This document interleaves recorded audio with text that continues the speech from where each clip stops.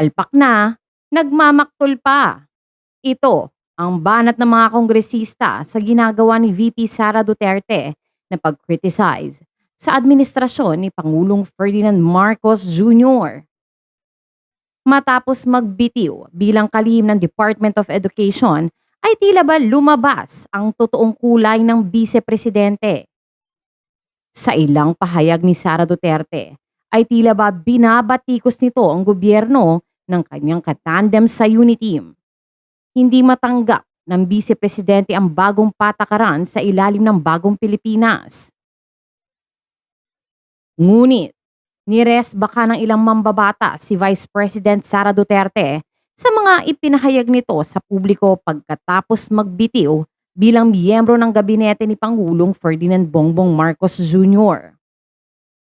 Binatikos ni House Committee on Appropriations Vice Chairperson at ako Bicol Party List Representative Jill Bungalon si Duterte kaugnay nang sinabi nito na hindi nagagamit ng tama ang pondo ng Department of Education kahit noong panahon na siya pa ang namumuno rito. If there were indeed budget issues, why raise them only now?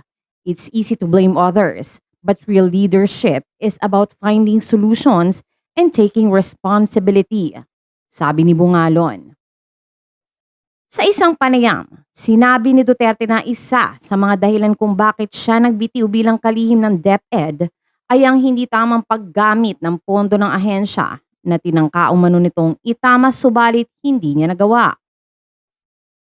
What's wrong? You never mentioned anything like that before. In fact, it was mostly your undersecretaries who were speaking, making it seem like you weren't aware of what's happening in DepEd, sabi ni Bungalon. You were in charge, yet all we heard were statements from your undersecretaries.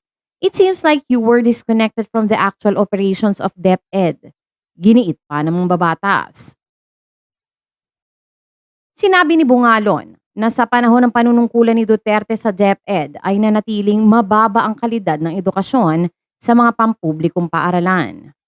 DepEd had nearly 2 years to improve our students' proficiency levels, yet we still rank near the bottom globally. And this happened under your watch, on the very day you resigned as DepEd Secretary, sabi ng kongresista. Nanawagan naman si ACT Teachers Party List Representative Franz Castro kay Duterte na tigilan na nitong magpalusot at magbigay ng mga walang katotohanan dahilan kaugnay sa kanyang pagbibitiyo bilang kalihim ng DepEd. Huwag na siyang magpalusot sa pag-resign sa DepEd. Alam naman ng karamihan na hindi lang niya nakuha ang gusto niya kaya ngayon ay nagmamaktol siya, buwelta ni Castro. Sinopla pa ni Castro ang sinabi ni Duterte na tinangka niyang ituwid ang nakitang maling paggamit ng budget ngunit wala siyang nakuhang suporta.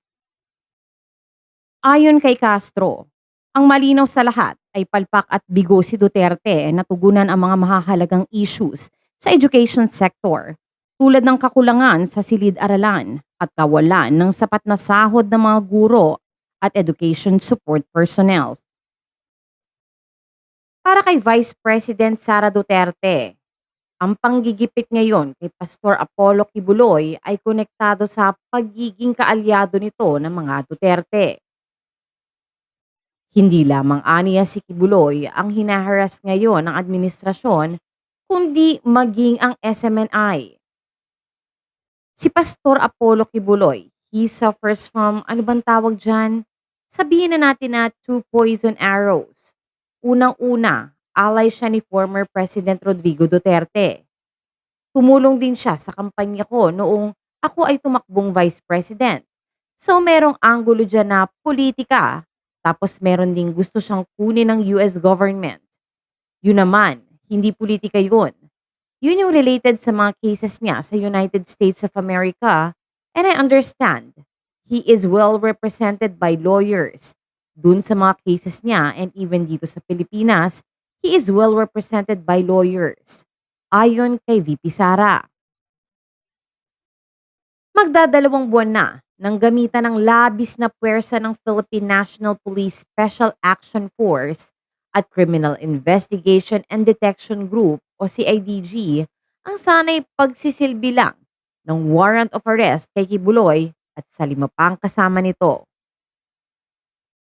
June 10, 2024, nang salakayin ng mga pulis ang mga religious compound ng Kingdom of Jesus Christ. At dahil dito, pinayuhan ni VP Sara ang mga miyembro ng KOJC. Ang nag-implement kasi ng search warrant or warrant of arrest, may rules kasi yan.